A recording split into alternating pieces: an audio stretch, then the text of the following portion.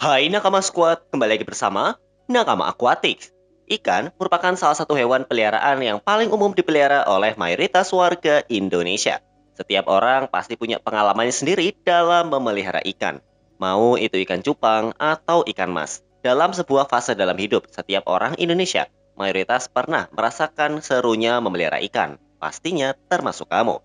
Dalam perjalanannya, industri ikan hias menjadi salah satu industri hobi yang paling stabil kiprahnya.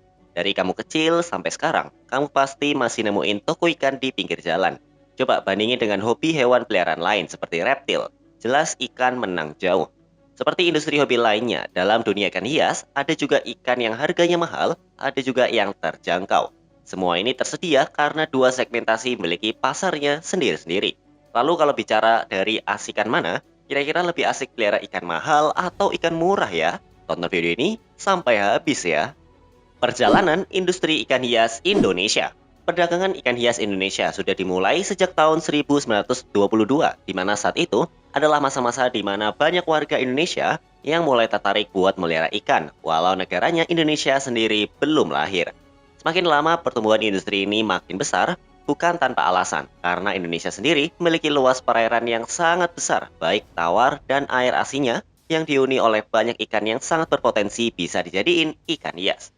Dari sumber daya alamnya saja, Indonesia sangat berpotensi untuk menghasilkan sebuah industri ikan hias yang besar banget.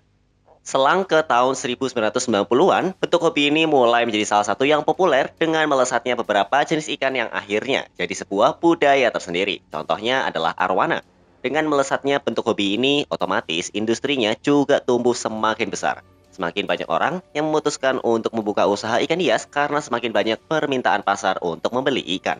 Karena itu, makin banyak jenis ikan yang masuk ke Indonesia sebagai ikan hias, dan beberapa dari mereka punya harga yang selangit. Sama kayak bentuk hobi lainnya, ikan juga punya segmentasi pasar. Segmentasi ini bicara dari daya beli penghobinya. Contoh, ikan juga sama saja kayak industri fashion khususnya sepatu. Satu pasang sepatu ada yang harganya jutaan rupiah, namun sepatu lainnya ada yang lebih terjangkau harganya. Beberapa sepatu ini juga paling dibedain dari desainnya saja, tapi ada beberapa sepatu mahal yang memang menawarkan kenyamanan yang jauh berbeda ketimbang yang murah. Nah, di dunia ikan, hal seperti ini nggak terlalu kelihatan bedanya.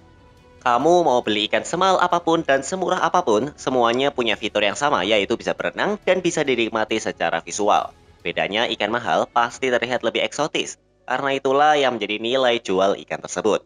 Selain itu, kelangkaannya baik di alam atau di pasaran. Ikan mahal selalu ditawarkan dengan kuota yang sedikit, atau lebih tepatnya limited edition. Ikan-ikan yang berharga mahal ini biasa dilihat dari kelangkaannya di pasar atau di habitatnya. Ikan langka punya value yang besar karena di alamnya aja jarang, tapi kamu bisa punya di dalam rumah. Prestis versus ekonomis. Setiap tahunnya ikan berharga mahal sering datang sebagai ikan musiman karena mereka kebanyakan adalah ikan tangkapan alam yang diambil langsung dari habitatnya lalu dijual bebas sebagai ikan hias. Terkadang ada saatnya ikan-ikan tertentu sama sekali nggak dijual di pasaran, kayak yang terjadi ke Peacock Bass Fogo.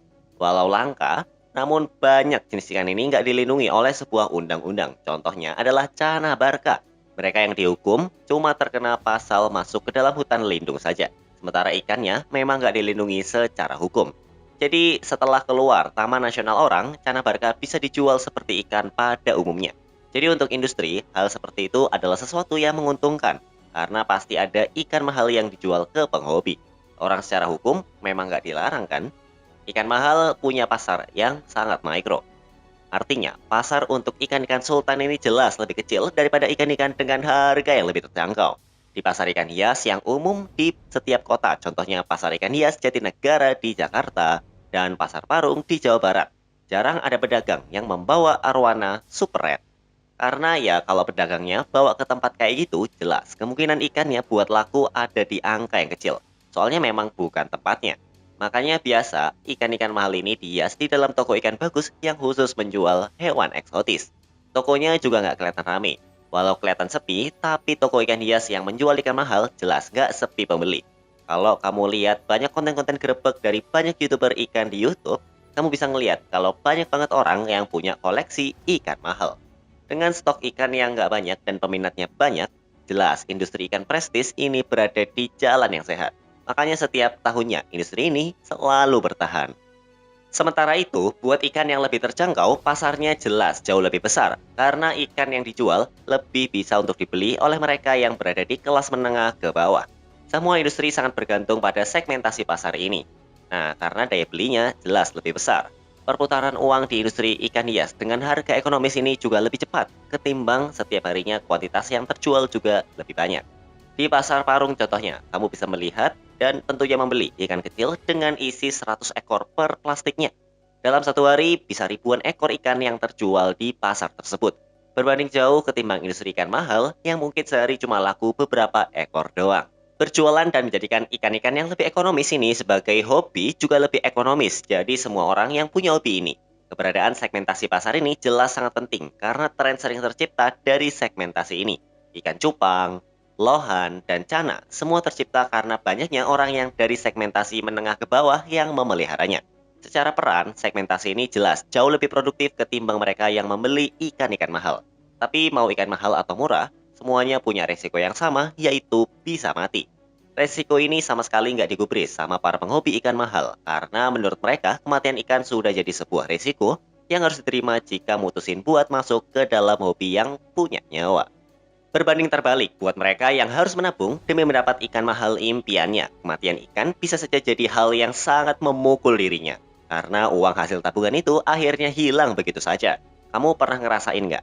Mereka yang melihara ikan mahal mengejar prestis sebagai tujuannya. Di samping kesukaannya dan memang minat pribadi, mereka yang memimpikan ikan tersebut sebagai ikan idaman dan kebetulan mereka ini juga punya uang untuk membelinya. Sedangkan mereka yang memelihara ikan yang lebih terjangkau membelinya karena harganya tidak mahal. Buat hobi, banyak orang nggak mau terlalu all out karena punya kebutuhan hidup lain. Jadi pilihan terbaiknya adalah memelihara ikan yang secara ekonomi bisa mereka beli dan pas mati juga nggak rugi-rugi banget. Walau kesannya adalah prestis melawan ekonomis, namun semua penghobi terbukti sangat menyayangi ikannya. Nggak peduli walau ikannya mahal atau murah. Semua memelihara dengan cinta. Kesimpulan, seruan mana pelihara ikan mahal atau murah? Menurut beberapa koresponden yang aku mintai pendapat, mereka lebih suka buat memelihara ikan yang secara harga mereka bisa beli. Nah, karena itu, ikan atau hobi ini secara keseluruhan mereka sikapi sebuah hobi. Ya, mereka nggak terlalu mau untuk ngelakuin sebuah investasi ke dalam hobinya, karena penghasilan bulanannya sudah habis duluan untuk keperluan pribadi. Dengan memelihara ikan yang terjangkau, mereka mengaku nggak akan merasa rugi atau galau berlebih ketika ikannya mati. Karena dalam menjalani hobi ini, ngadepin ikan mati adalah sebuah risiko yang bisa dihadapi oleh siapa saja. Jadi beberapa orang ini udah bulat untuk tetap memelihara ikan yang mereka mampu beli saja, dan lebih memilih untuk sekedar mimpi buat punya koleksi ikan yang mahal. Karena secara realita, mereka lebih memilih menabung buat masa depan daripada buat beli ikan yang sifatnya hanyalah sebuah hobi. Menurut mereka, mereka bisa saja nabung dengan niat untuk beli cana barca misalnya. Apalagi zaman sekarang, banyak banget usaha fintech yang nawarin pinjaman besar buat bikin kamu bisa ngebeli apapun yang kamu mau. Namun dengan syarat, habis itu ya harus dicicil duitnya. Secara peluang, orang-orang ini jelas punya kesempatan buat beli ikan mahal. Tapi mereka nggak mau dan lebih nyaman untuk menjalani hobi semampunya saja. Karena mereka nggak mau ngerasa sakit hati atau galau parah ketika ikan mahalnya nanti bakal mati. Mereka nggak mau hobinya harus mendatangkan kesenangan. Malah berubah jadi beban pikiran. Jadi lebih baik untuk menjalankan hobi yang mampu mereka lakukan. Di sisi lain, buat mereka yang bisa membeli ikan mahal, mengumpulkan ikan-ikan berharga fantastis, membangun megatank dan menyeting filtrasi dengan investasi harga yang sangat besar juga dilakukan dengan motivasi yang sama dengan mereka yang berada di segmentasi sebelumnya, yaitu untuk menyayangi ikan. Mereka yang mampu nggak ragu buat mengacurkan dana banyak buat melakukan hobinya. Hal ini bisa mereka lakukan karena pendapatannya jauh lebih besar dari uang yang mereka kucurkan untuk hobi. Jadi secara finansial orang-orang ini nggak akan jadi buntung. Kebanyakan dari mereka ingin melihat ikan-ikan impian nan langka yang biasa cuman bisa dilihat dari YouTube atau tempat wisata akuarium. Sekarang ada di dalam rumahnya. Makanya berangkat dari kecintaan itu, mereka rela mengeluarkan uang berjuta-juta bahkan sampai puluhan hingga ratusan juta demi seekor ikan.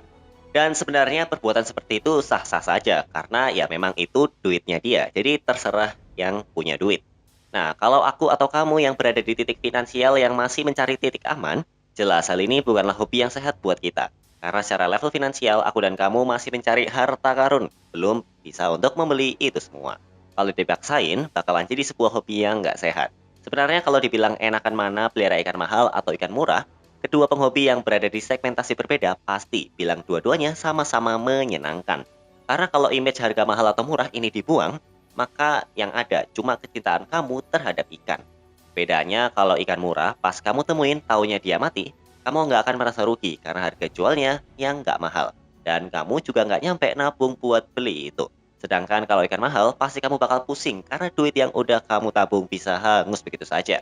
Semua hobi akan menyenangkan kalau motivasi kamu ngelakuin itu adalah karena kamu sangat suka dengan objek hobinya.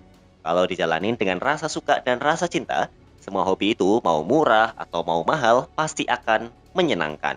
Kalau menurut kamu bagaimana? Tulis di kolom komentar ya.